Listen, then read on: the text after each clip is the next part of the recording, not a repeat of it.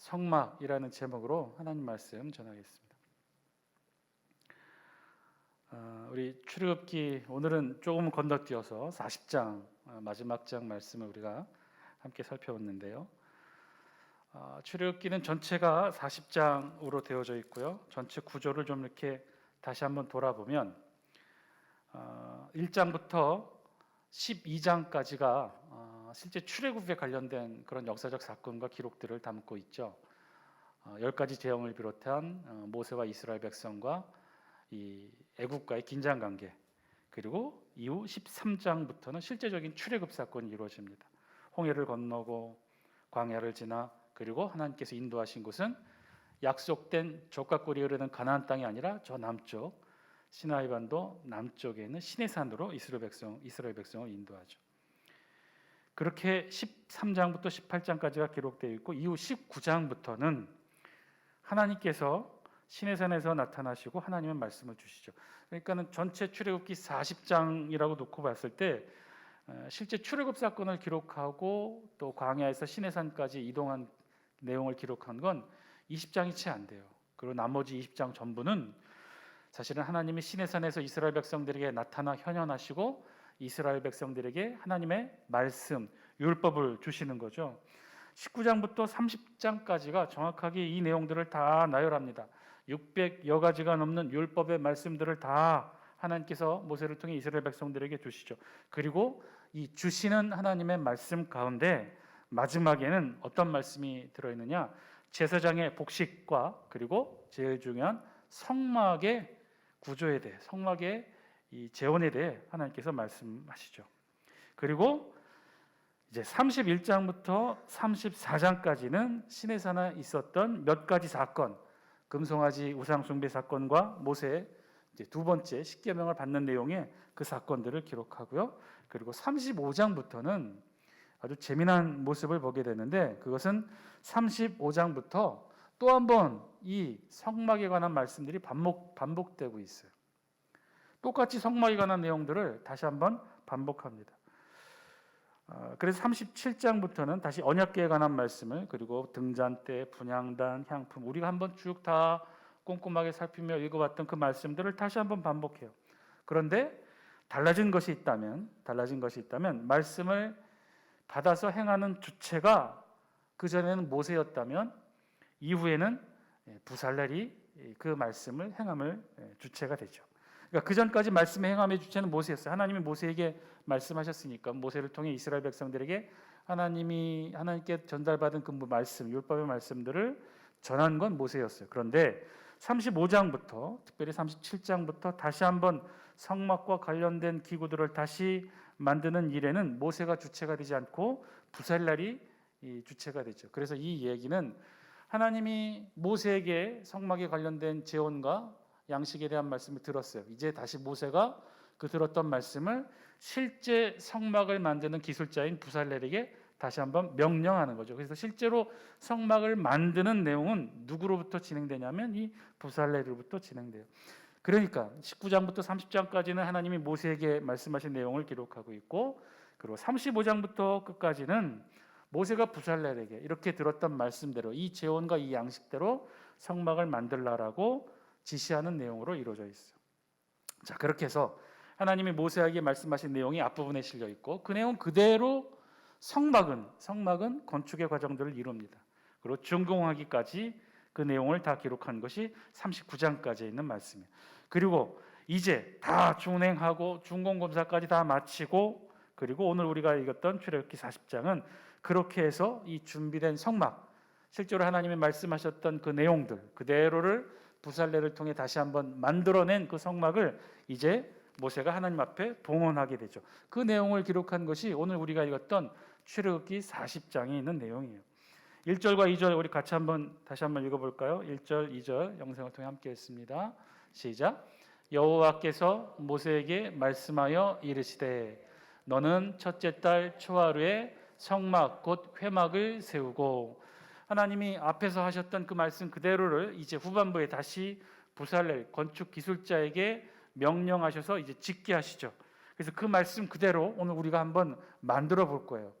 여러분 지금 다 받으셨던 그 성막 좀 가장 간단하고 쉬운 형태의 성막 만드는 방식 그 도구예요. 조금 더 좋은 재질의 것들을 하고 싶은데 그건 너무 어려워요. 여러분들이 하시기엔 너무 힘들 것 같아서 가장 쉬운 방식으로 했음에도 불구하고 제일 어려운 부분은 지금 미리 만들어 놓은 거예요. 이 부분은 너무 만들기 어려우신 것 같아서 지금 만들어 놓았어요. 그래서 첫 번째 사진 한 장 보여주실래요? 여러분이 지금 이걸 받으셨을 거예요. 성막. 성막의 이 틀과 모형될 이 기초 작업을 한 이 성막 틀을 이제 받았어요. 자, 여기에 3절 우리 같이 한번 읽어볼까요? 3절 시작. 또 증거궤를 들여놓고 또 휘장으로 그 궤를 가리고. 그래서 이 회막 안에 이제 증거궤와 또 그 밖에 성막의 기구를 놓을 성막을 세우게 될 겁니다. 두 번째 사진 보시면 그 안에 저 성막들을 만들게 될 거예요. 저걸 만들 거예요. 여러분 넓게 받으신 그 회막 틀 안에 저 이제 성막을 만들 거예요. 그 앞쪽은 지성소고 뒤쪽은 성소. 그래서 그 안쪽에는 4절 말씀 우리 같이 한번 읽겠습니다. 시작. 또 상을 들여놓고 그 위에 물품을 진설하고 등잔대를 들여놓고 불을 켜고 또 5절도 같이 읽겠습니다. 시작. 또 금향단을 증거궤 앞에 두고 성막 문에 휘장을 달고. 다시 한번 두 번째 사진 보여주실래요? 두 번째 사진에 이제 저걸 만들 건데 그래서 지성소 안에는 뭐가 들어가요? 증거궤. 그래서 만들어서 거기다 풀로다 이렇게 붙여서 놓을 거예요. 그리고 휘장, 성소와 지성소를 가로막는 휘장이 있고, 그리고 그 바깥에는 제일 전면에 분향단, 그리고 오른쪽에는 진설병상, 그리고 왼편에는 등잔대. 이제 다 머릿속에 기억이 나셔야 되는데, 이제는 나셔야 되는데, 오른쪽에는 진설병상, 왼편에는 등잔대, 앞에는 분향단. 그걸 모형 그대로 만들어서 이제 그 위치에다가 이렇게 붙여 넣으실 거예요. 자, 그다음에 이제 성소 밖에는 또 뭐가 있죠? 6절 말씀 우리 같이 한번 읽어볼까요? 6절 시작. 또 번제단을 회막의 성막 문 앞에 놓고. 이제 번제단을 놓을 거죠. 그 다음 사진 보여주시면 이제 번제단을 저렇게 만들 거예요. 그런데 이것도 어렵더라고요. 이것도 아주 그래서 어제 누가 수고해서 다 만들었어요. 그래서 그거는 너무 어렵기 때문에 여러분 어려우실 것 같아서 미리 만들어 놨습니다. 자, 번제단을 놓고 그리고 7절 함께 읽겠습니다. 시작. 또 물두멍을 회막과 제단 사이에 놓고 그 속에 물을 담고. 회막과 제단 사이라고 하는데 이 제단은 어떤 거죠? 번제단을 말해요. 그러니까 회막과 번제단 사이에 물두멍이 위치하죠. 물두멍은 그래서 다음 사진 보여주시면 이 저렇게 생긴 게 앞에 사진 보여줘. 저렇게 바람개비처럼 생긴 게 받침대예요. 그 위에다가 이제 물두멍 모양 그다음 사진 저걸 이렇게 올려놔서 붙일 거예요. 자, 그다음에 우리 8절 함께 읽겠습니다. 시작. 또 뜰 주위에 포장을 치고 뜰 문에 휘장을 달고. 예. 그래서 그다음 사진 보여주시면 그 전체적인 모양이 아마 이렇게 되어질 거예요. 처음 나눠드렸던 그 판 위에 성막 판 위에 저렇게 지성소 성소 그 안에 각종 성막 기구들 그리고 물도명과 그다음에 번제단 놓여진 듯. 그리고 마지막으로는 그 다음 사진 보여주시면 이제 성막 덮개를 원래는 4겹의 앙장으로 이루어진 덮개지만 좀 그걸 다 간단히 해서 이 성막 덮개로 이렇게 덮여져 있는 것으로 저게 최종적인 완성의 형태고 저렇게 해서 이제 집으로 들고 가시면 될 겁니다. 그 만드는 실습 작업을 오늘 같이 하실 거예요. 자, 그건 그렇고 자 그럼 마지막으로 우리가 여기까지 왔으니까 그 의미는 한번 되짚고 가야겠죠. 성막의 의미. 왜 도대체 하나님은 우리에게 이스라엘 백성들에게 성막을 만들게 하셨을까? 출애굽기 돌이켜보면요. 출애굽기 1장부터 40장까지의 모든 역사 사실은 출애굽 이스라엘 역사에서 가장 중요한 사건들을 기록하고 있죠. 그건 두 가지인데 첫 번째는 출애굽 모세를 중심으로 10가지 재앙과 홍해 사건을 통해 이스라엘 백성들에게 정말 잊을 수 없는 사건이죠. 노예의 신분이었던 이스라엘 백성들을 하나님이 불러주시고 하나님의 선민으로 삼아주시는 것, 그 놀라운 사건이 기록된 게 출애굽 사건이에요. 그러나 우리가 사실 잊고 있는 것이 있어요. 이 실제 출애굽 이 사건의 중심 메시지는 출애굽만이 아니에요. 출애굽 이스라엘 백성들을 애굽에서 끌어내시는 것 이것만이 아니에요. 이것만이 중요한 내용이 아니에요. 그거는 출애굽기 40장의 분량으로 봐도 따져서 알 수 있어요.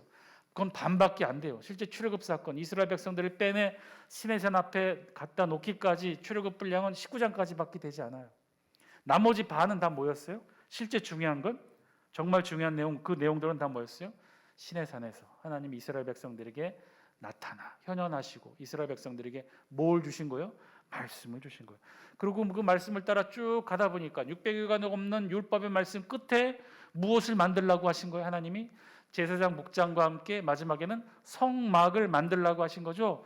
오늘 우리가 모형으로 함께 만들어 볼 이 성막을 하나님이 만들라고 하신 거예요. 바꿔 얘기하면, 어떻게 얘기해 보면, 출애굽 사건의 진짜 중요한 사건은 이스라엘 백성, 애굽이라고 하는 그 이스라엘 백성, 애굽의 노예로 있었던 이스라엘 백성들을 하나님이 빼내오시는 목적은 일부에 불과하고, 진짜 중요한 목적은 뭐예요? 이들을 통해 무엇을 만들게 하신가요? 성막을 만들게 하셨다는 거예요. 성막. 그럼 도대체 이 성막이 어떤 의미냐? 성막을 통해 이 이스라엘 백성들에게는 어떤 의미가 있고 어떻게 달라지게 되는가? 이전까지는요, 중요한 것은 이 성막을 통해 하나님께서 이제 이 성막 가운데 함께 임재하시게 됐다는 사실이에요. 이 성막 가운데 하나님께서 임재하시고 이스라엘 백성들을 만나주시고, 그래서 진짜 이스라엘 백성과 하나님 사이에는 하나님과 하나님의 백성의 관계를 이룰 수 있게 됐다는 거죠. 이제는 이 성막이 그런 역할을 한다는 거예요. 성막이 어떤 역할, 어떤 기능이, 제사 기능이, 피 흘리는 제사 기능이 그 역할을 해결해 주셨다는 거예요. 피 흘림의 제사를 통해 이스라엘 백성들이 이제는 당당하게, 한시적이고 제한적이겠지만 그 피 흘림의 제사를 통해 이제 이스라엘 백성들이 당당하게 하나님 앞에 설 수 있게 됐고, 하나님 또한 그토록 이스라엘 백성들에게 함께 있고 싶었고 이스라엘 백성들과 함께 거하고 싶었지만 그동안은 이룰 수가 없었어요. 왜냐하면 이스라엘 백성들이 죄의 문제를 가지고 있었고 그 문제를 해결할 수가 없었기 때문에. 그래서 하나님이 이스라엘 백성들 가운데 나타나는 것은 극히 제한적이었어요. 아브라함에게 천사의 모습으로 잠깐 나타나시고, 이스라엘 백성들 그 각 개인 선지자를 통해 각각 개인적으로 하나님이 한시적이고 제한적으로 나타날 수밖에 없었어요. 그런데 이제는 성막이 그 문제를 다 해결해 준 거예요. 피의 제사를 통해 이스라엘 백성들의 죄 문제를 해결하니까 하나님이 일시에 이스라엘 백성들 앞에 나타나실 수 있었던 거예요. 그렇게 이제는 달라졌다는 거죠. 하나님께서 그러시고, 그렇게 하고 또 한 가지 중요한 사건은 하나님께서 이제 어디에 머무르실 수 있게 된 거예요? 이스라엘 백성들의 손으로 만든 그 성막 가운데 머무르실 수 있게 된 거예요. 결국 이스라엘 백성들의 정말 오랜 수건, 아브라함, 이삭, 야곱의 오랜 기도뿐만 아니라 하나님 당신 스스로 오랜 염원이셨기도 했던 그것, 하나님께서 자신의 백성들과 함께 거하기를 원하시는 그 수건이 이 성막으로 이루어지게 됐다는 거예요. 하나님이 이 성막 가운데 임재하셔요. 언약궤 증거궤 앞에 그 위에 속죄소 위에 하나님이 그곳에 임재하고 계셔요. 그리고 이스라엘 백성들은 피의 제사를 통해 언제든지 그 하나님, 임재하신 하나님을 만날 수 있게 되는 거예요. 이거는요, 신약시대 예수 그리스도께서 직접 성육신하셔서 인간 안으로 들어온 사건을 예표해요. 우리는 지금 그 은혜의 사건들을 지금 누리고 있는 거예요. 이스라엘 백성들은 성막을 통해, 피의 제사를 통해 하나님을 만나는 사건을, 우리는 이 신약시대, 은혜의 시대, 성령의 시대는 어떻게 누려요? 예수 그리스도께서 2000년 전에 십자가에서 그 피를 흘리심으로 인해 이제 우리 모두에게는 예수 그리스도를 통한 구원의 길이 열렸고 하나님을 대면하여 마주볼 수 있는 기회가 열린 거예요. 그래서 하나님이 이 땅에 뭘 주실 수 있었던 거예요? 보혜사 성령 하나님을 보낼 수 있었던 거예요. 이 땅에 있는 저희 모두에게 보혜사 성령 하나님을 보내주셔서 이제는 성막이, 이스라엘 백성들 그 땅 위에 있었던 예루살렘 성전이 이제는 어디에 생기게 된 거예요? 우리 안에 임재하시는 하나님, 성령 하나님 통해서 우리 안에 성전으로 내주하시게 된 거죠. 이로써 이스라엘도 사실은 변하게 된 거예요. 이스라엘도 이제 성막을 통해 변하게 된 거예요. 진짜 하나님의 백성이 된 거예요. 종교적 통일체를 이루게 됐고 헌법적인 성격을 갖는 십계명과 시내산 언약의 말씀을 중심으로 명실상부한 신정국가를 제대로 이루고 갖추게 된 거죠. 그래서 이후부터는 하나님의 말씀을 중심으로 진정한 신정국가를 이루게 됩니다. 하나님이 거하시는 곳, 아니 하나님이 우리와 함께 계시기를 원하는 곳, 이곳에서 하나님을 만나고 경험하고 하나님의 음성을 듣고 세상이 우리가 하늘의 백성 하나님의 자녀로 변하게 되는 곳, 이곳에서 하나님을 만날 수 있게 되는 곳, 하나님이 이 땅 가운데 임재하실 수 있게 되는 곳, 바로 그 자리가 바로 성막이었고 성막의 역사로 거슬러 올라가 우리 장수교회까지 오게 됐다는 거예요. 우리 교회가 그 성소의 연원의 끝에 있다는 거예요.